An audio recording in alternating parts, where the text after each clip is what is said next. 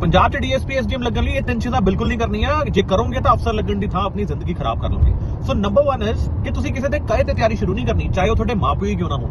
ਕਿਉਂ? ਕਿਉਂਕਿ ਜੇ ਮਾਪਿਓ ਦੇ ਕਹੇ ਤੇ ਤਿਆਰੀ ਸ਼ੁਰੂ ਕਰ ਵੀ ਲਓਗੇ ਤਾਂ ਵੀ ਅਫਸਰ ਨਹੀਂ ਲੱਗਣ ਵਾਲੇ, ਤੇ ਮਾਪਿਓ ਦਾ ਮਕਸਦ ਤੁਹਾਨੂੰ ਅਫਸਰ ਲਾਉਣਾ ਸੀ, ਨਾ ਕਿ ਤੁਹਾਡੀ ਤਿਆਰੀ ਕਰਵਾਉਣਾ ਸੀ।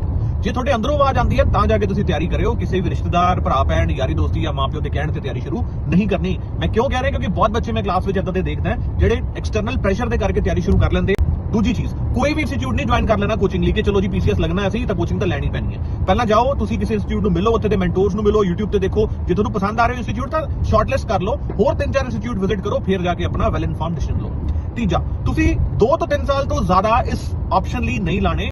1 ਸਾਲ ਲੱਗੂਗਾ ਤੁਹਾਨੂੰ ਤਿਆਰੀ ਕਰਨ ਨੂੰ, ਉਸ ਤੋਂ ਬਾਅਦ ਤੁਸੀਂ ਟਾਈਮ ਦੋਗੇ। ਜੇ ਸਪੋਜ਼ ਨਹੀਂ ਕਲੀਅਰ ਹੁੰਦਾ ਤਾਂ 1 ਸਾਲ ਮੈਕਸਿਮਮ ਹੋਰ ਦੇਣਾ ਤੁਸੀਂ ਇਸ ਐਗਜ਼ਾਮ ਨੂੰ। ਉਸ ਤੋਂ ਬਾਅਦ ਮੈਂ ਨਹੀਂ ਕਹਿ ਰਿਹਾ ਪੇਪਰ ਨਾ ਦਿਓ, ਪੇਪਰ ਦਿਓ, ਪਰ ਸੈਕੰਡ ਆਪਸ਼ਨ ਵੀ ਐਕਸਪਲੋਰ ਕਰੋ, ਪਲਾਨ ਬੀ ਵੀ ਐਕਸਪਲੋਰ ਕਰੋ, ਲਗਾਤਾਰ ਇਹਦੇ ਵੱਲ ਨਾ ਲੱਗੋ।